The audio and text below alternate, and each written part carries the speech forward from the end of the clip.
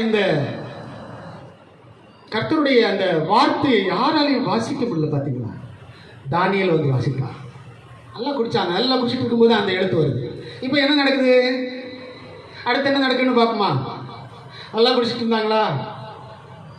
Already chorus மற்றும் தரியு ஐப்ராத் நதியில் நின்று இருக்கிறாங்க. எங்க நின்று இருக்காங்க? ஐப்ராத் நதி. நான் தான் சொன்னேன் இல்லை, பாபிலோனிய பேரரசு எங்கே இருந்துச்சு? ஐப்ராத் நதி, யூப்ரட்டிஸ் ரிவர். உங்களுக்கு பைபிளில் லாஸ்ட்ல இருக்கும் அந்த நதி, இப்போவும் இருக்குது. யூப்ரட்டிஸ் ரிவர்னு சொன்னால் இன்னைக்கு வேர்ல்டு ஃபுல்லாக அது வந்து ஃபேமஸ். யூப்ரட்டிஸ் நதியில் அந்த பாபிலோனிய பேரரசு நடந்து கொண்டிருந்தது. அரண்மனையும் அங்கே தான் இருந்தது. இந்த அரண்மனையை பிடிக்க வேண்டும், இந்த பாபிலோனிய பேரரசை பிடிக்க வேண்டும் என்று சொல்லி மேதியர்களும் பெர்ஷியர்களும் என்ன செய்தார்கள்? ஆசைப்பட்டார்கள். அதுல பிரதானமானவர் தான் யார் தெரியுமா? தரியு. மேதியன் ஆகிய தரியு, பெர்ஷியன் ஆகிய கோரஸ். ஆக இந்த ரெண்டு பேரும் என்ன செய்தார்கள்? காத்துக்கொண்டிருந்தார்கள். இந்த ரெண்டு பேரும் காத்துக்கொண்டிருந்து என்ன செஞ்சாங்க? பாபிலோனை பிடிப்பதற்கு அதுதான் அவங்களுக்கு நேரம். பாபிலோனிய பேரரசு, அந்த பேலஸை சுற்றிலும் என்ன இருந்து தெரியுமா? ஐப்ராத் நதியினுடைய ஒரு பகுதியை இவர்கள் அகழியாக தோண்டி பாபிலோனை சுற்றிலும் அதை ஓட விட்டார்கள். இப்போ நீங்கள் இந்த ராஜராஜ சோழ இதில் போய் பாருங்க. அதை நான் சொல்கிறேன், அந்த அகழி அங்கே இருக்கா இல்லையா? தம்பிங்களை பார்த்துக்கிறீங்களா? ராஜாக்கள் ஆட்சி செய்யும்போது அப்படிதான் பண்ணுவாங்க. அவங்க தண்ணி எந்த ஆற்றுலேருந்து கொண்டு வந்தாங்கன்னு எனக்கு தெரியல. இப்போ இனி அங்கே போய் பார்க்கலாம். இவங்க பாபிலோனியர்கள் ஐப்ராத் நதியை வெட்டி அதிலிருந்து ஒரு பகுதியை வெட்டி ஒரு கால்வாய் மாதிரி அதை செதுக்கி அந்த பாபிலோனிய பேரரசு முழுவதும் ஓட விட்டாங்க. ஒரு ரவுண்ட் அடிச்சுட்டு தான் என்ன பண்ணும்? ஐப்ராத் நதி மறுபடியும் வேற வந்து கலக்கி அப்படி போகும். ஸோ அந்த பாபிலோனிய பேரரசுடைய பட்டணத்தை ஒரு சுற்றி தான் அது போகும். இதை அறிந்து வைத்திருந்த கோரஸும் தரியுவும் இது இங்கே இல்லை, சரித்திரத்தில் கிடக்குது. பைபிளில் நான் சொல்கிற விஷயம் இப்போ இல்லை. கோரஸும் தரியும் அந்த ஐப்ராத் நதியினுடைய அந்த மதகை அல்லது அந்த கால்வாயை என்ன செய்தார்கள்? அடைத்து வேறொரு பக்கம் திருப்பி விட்டாங்க. அவங்க கிட்டத்தட்ட ஒரு 3 மாதம் 4 மாதம் விவசாயிங்க மாதிரி அப்படியே அந்த இடத்துல வந்து நின்று அவங்க என்ன செய்கிறார்கள்? பதிவு இருந்திருக்கிறார்கள். ஆக இந்த நாள் 1000 பேர் குடிக்கிறாங்க, 1000 பேருக்கு விருந்து நடக்குது அப்படிங்கிற அந்த நாளை கேட்ட உடனே அவர்கள் இந்த வேலையை செஞ்சாங்க. ஐப்ராத் நதியை என்ன செய்தார்கள்? திசை திருப்பி விட்டார்கள். பாபிலோனிய பேரரசை சுற்றி ஓடின அந்த ஐப்ராத் நதி வத்தி போனதை கேள்விப்பட்ட உடனே கோரஸ் மற்றும் தரியுனுடைய படைகள் அழகாக பாபிலோனிய கோட்டைக்குள்ளாடி வந்துருச்சு. எல்லாருமே உள்ள வந்து பார்த்தா 100 கேட் இருக்குது. எத்தனை கேட்டு? பாபிலோன்ல 100 கேட் இருக்கு. 100 கேட்டும் திறந்து கிடக்குது. எல்லாம் குடிச்சு என்ன பண்ணியிருக்கிறாங்க? பிளாட்டா இருக்கிறாங்க. எல்லாரையும் வெட்டி கொண்டு பாபிலோனுடைய பேரரசனுடைய ராஜாவையும் என்ன செய்தார்கள்? வெட்டி கொண்டார்கள். இருக்கான்னு பாருங்க. அன்று ராத்திரியிலே 30வது வசனம், 5வது அதிகாரம் 30வது வசனம். அன்று ராத்திரியிலே கல்தேயரின் ராஜாவாகிய பெல்சாத்சார் கொலை செய்யப்பட்டான். மேதியனாகிய தரியு தன் 62ஆம் வயதில் ராஜ்யத்தை என்ன செய்தான்?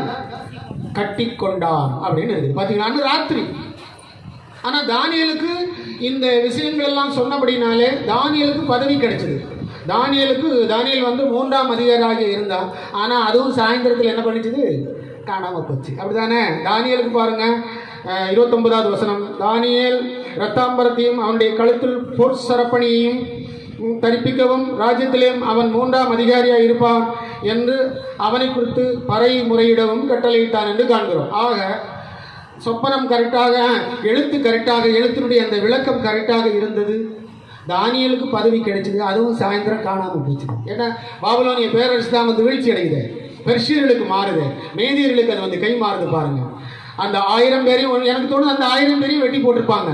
இந்த மேதிய பெர்ஷிய படைகள் 1000 பேரையும் வெட்டி போட்டிருப்பாங்க. ஏன்னா 100 கேட்டு திறந்திருக்கு. இல்லை, எல்லாம் திறந்து எல்லாம் நல்ல ஆண்டவர் நல்ல மயக்கத்தை கொடுத்துட்டாரு அவங்களுக்கு. எல்லாம் குடிச்சுக்கிட்டு அப்படியே மல்லாக்க படுத்துட்டு கிடந்து கடைசியில் ராஜாவையும் என்ன பண்ணிட்டாங்க? வெட்டி போட்டாங்க. 68 ஆண்டு கால பாபிலோனிய பேரரசு முடிவுக்கு வந்தது. கிமு 539. இதுதான் ஆண்டவருடைய கையெழுத்து. எப்படி இருக்கு பாருங்க.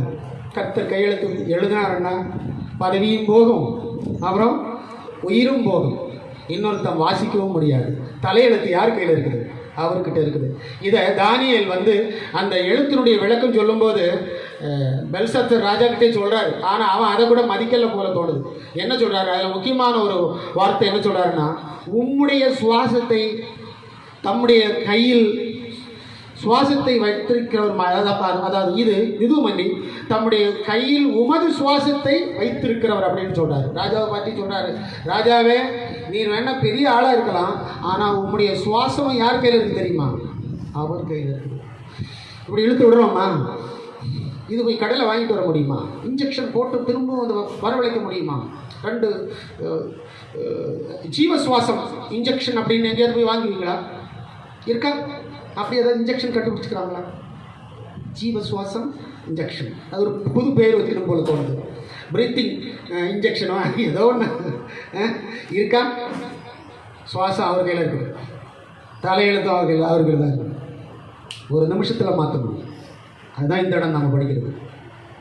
ரொம்ப அவ்வளோ பெரிய பேரரசு ஒரே நாளில் தன்னுடைய விரலினால் எழுதி தன்னுடைய பிள்ளையை வைத்து நியாயம் தீர்த்து ராத்திரியிலேயே அடுத்த பேரரசு பெர்ஷியன் ஆகிய கோரேசை வைத்து டரியு வைத்து அதை முடிவுக்கு கொண்டு வந்தார்.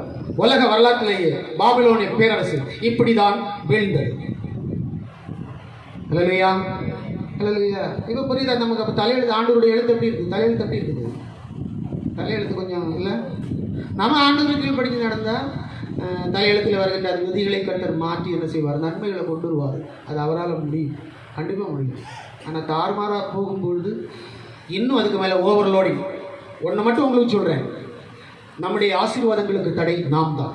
நாம் சரியாக கர்த்தருடைய வழிகளுக்கு நாம் செவி கொடுத்து நாம் போனோம்னா நம்முடைய ஆசீர்வாதம் ஒருபோதும் தடைபடாது. இல்லைன்னா நாம் பிளாக் பண்ணோம்னா அவர் ஒன்றும் செய்ய முடியாது.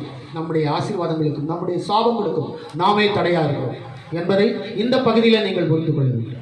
அதுதான் உண்மை. ஆனால் கர்த்தருடைய வழிகளுக்கு நாம் விட்டு கொடுத்தால் அந்த ஆசீர்வாதங்களை தொடர்ந்து கர்த்தர் நமக்கு தந்து கொண்டிருப்பார். கர்த்தரை நேசிப்பதில், கர்த்தருடைய அன்பு காட்டுவதில் நாம் ஜாக்கிரதை உள்ளவர்களாக இருக்க வேண்டும். ஹல்லேலூயா, ஹல்லேலூயா. இன்னொரு பகுதியை கடந்து சொல்லுவோமா?